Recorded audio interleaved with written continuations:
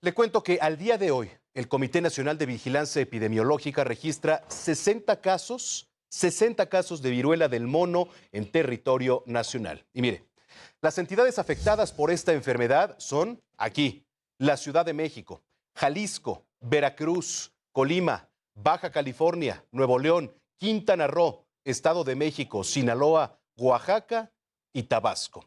La población afectada oscila entre los 30 y 49 años. Hasta el momento no se han registrado muertes, afortunadamente, a causa de este virus.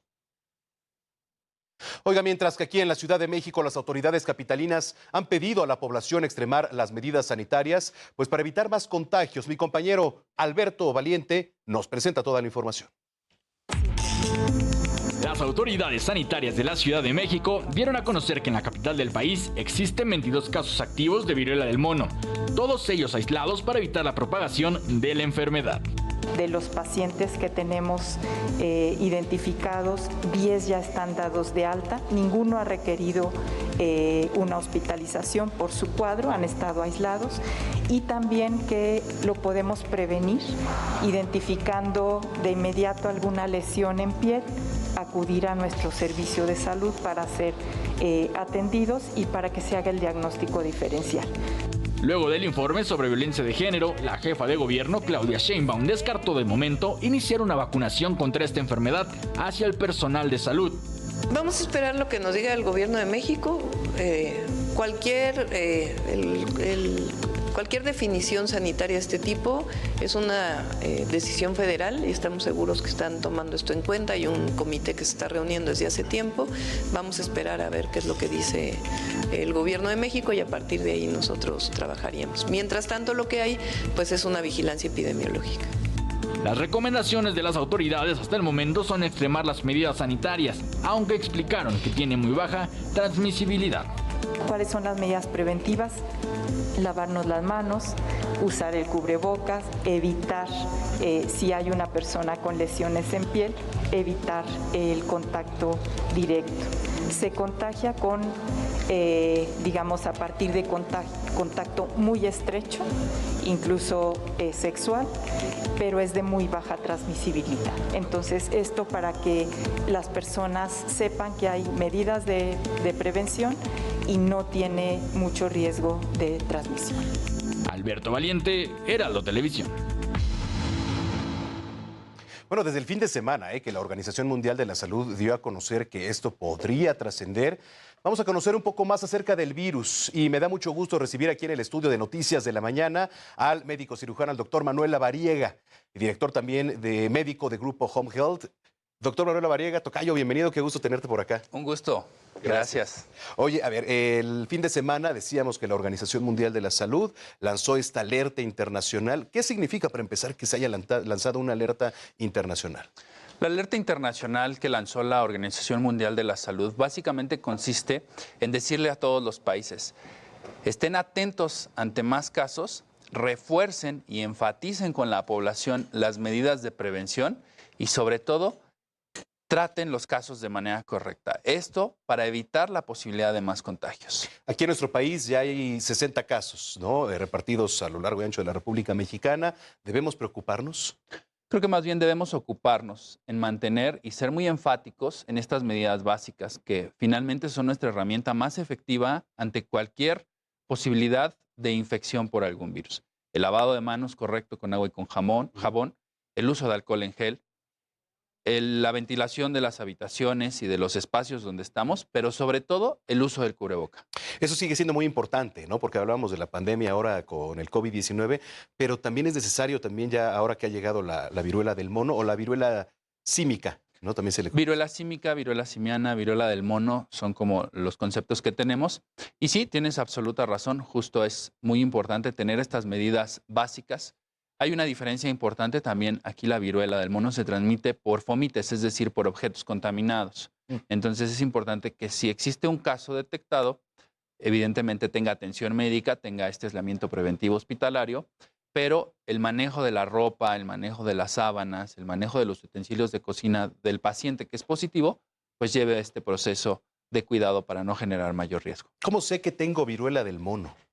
Los síntomas característicos son dolor articular, fiebre, dolor muscular, dolor de cabeza e incluso pueden llegar a presentarse síntomas parecidos a un cuadro catarral. Ujú. Sin embargo, la característica específica de esta enfermedad, al ser una enfermedad exantemática, son las lesiones en la piel, que aparecen entre el primero y el tercer día de inicio de los síntomas, y son estas pequeñas lesiones que son como elevaciones, como ronchitas, que finalmente se convierten en una pústula, como si fuera una úlcera que tiene líquido en su interior, y esto es la característica, y sobre todo este líquido de la pústula es la que puede generar contagio. Digamos, hemos visto las imágenes, pues, que han causado más impacto en redes sociales, en los medios de comunicación, son sobre todo casos allá en África, en donde pues la pústula o estas famosas ronchas pues se ven bastante alarmantes, ¿no?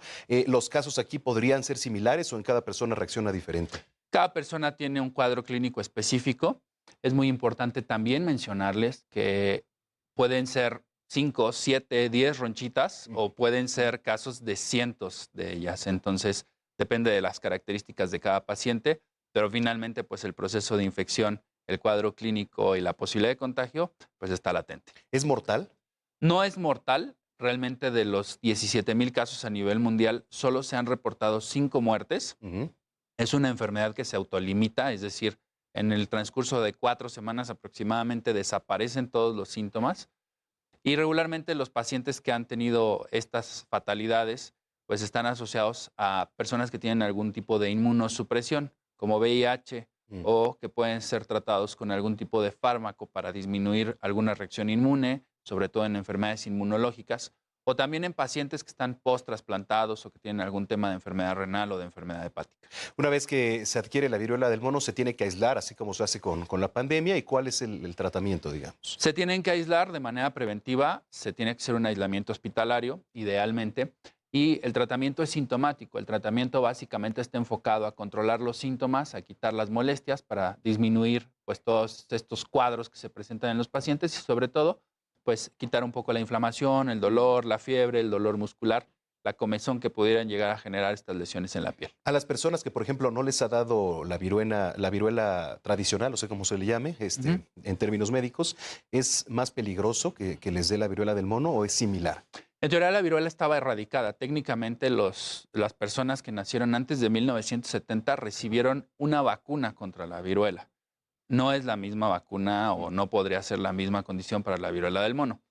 Antes de 1970 estas personas podrían tener algún tipo de efecto de protección.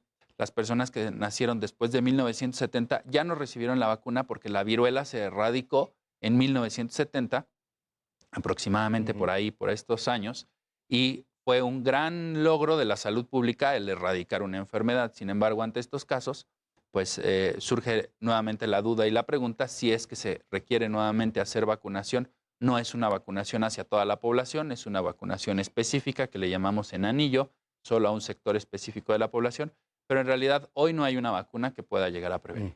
Vía teleconsulta ya te ha tocado atender a casos de viruela del mono. Ya tuvimos un caso, ya un paciente nos reportó, un paciente que tuvo un viaje a Estados Unidos, regresó con síntomas, las lesiones dérmicas, afortunadamente tuvo muy poquitas lesiones y fue atendido y ya fue reportado también a las autoridades. ¿El caso qué se hace? ¿Se aísla? ¿Se le lleva a un hospital? El caso se aísla, regularmente tienen este aislamiento preventivo hospitalario para poder disminuir la posibilidad de contagios y también pues para vigilar al paciente, mantener una estrecha vigilancia, mantener justamente una evaluación médica constante y evitar complicaciones y también que no genere ningún tipo de secuela. Pues es importante tocar base, platicar contigo, doctor, porque pues ha causado alerta, hay preocupaciones, incluso me comentabas, ya ha habido crisis nerviosas, crisis de ansiedad, ¿no? Por algunas personas. Vamos saliendo de una y de repente nos llega la otra.